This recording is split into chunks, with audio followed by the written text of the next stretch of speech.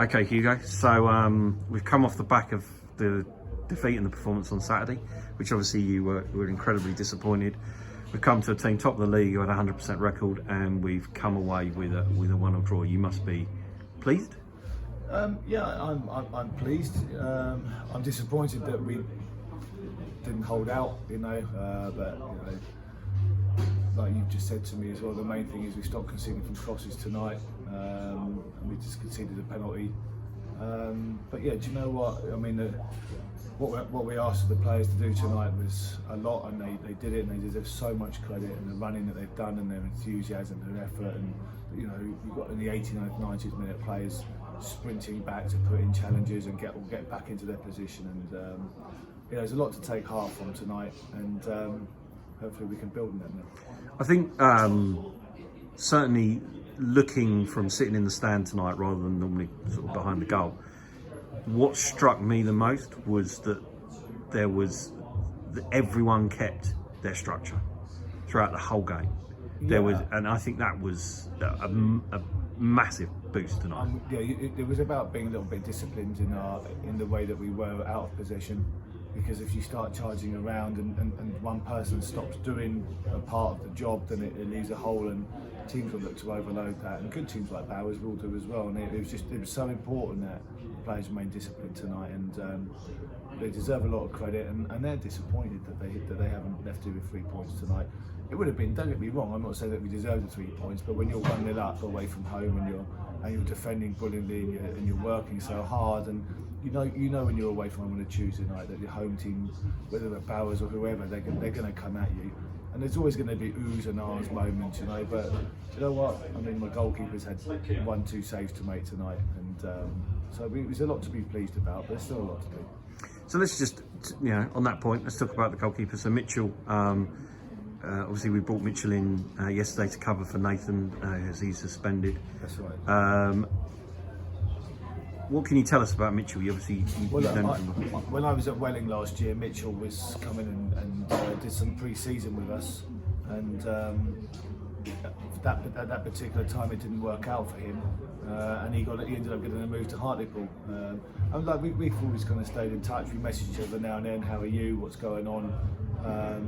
And I actually had a different goalkeeper lined up for tonight, another top goalkeeper who may yet join us actually to give Nathan some competition.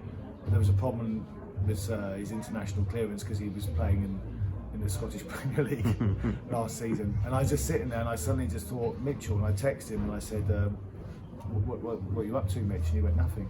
So I rang him straight away. Do you want a game? And he said, Jazz, it's me. He'd come in and help us, and I can't thank him enough. And he's a great guy. Yeah, and I think that if we had possession stats, it would probably show that the Bowers had significantly more possession. But Mitchell made 2 saves. Yeah, but you can say the same on Saturday. If you looked at the possession Saturday, we had way more than one game. So possession, this is where possession counts for nothing. And what that counts is the scoreline. So, and I think that's shown tonight and on Saturday. Possession, smash, whatever you want to call it. It's about putting the ball in the net and scoring one more goal than your opponent, or at least one more goal.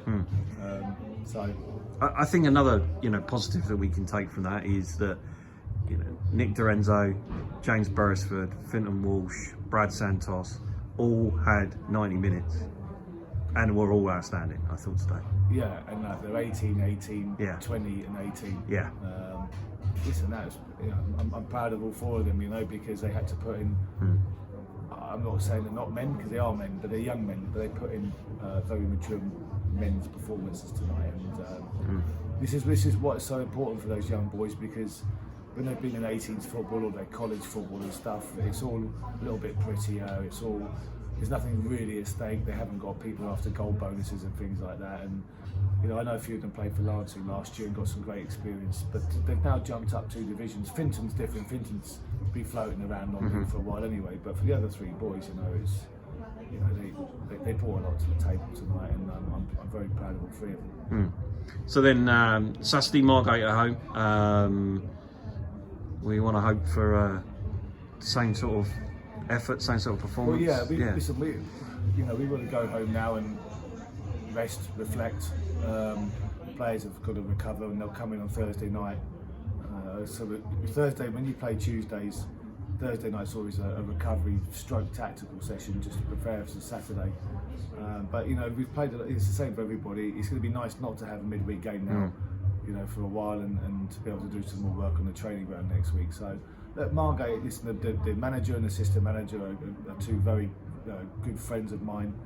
They'll be well organised and well structured, and we'll have to work extremely hard to get anything from Margate. But we've got to take heart from tonight, and we look forward to getting to the training ground on Thursday now. Cool. Thanks, Hugo. Well done. No problem.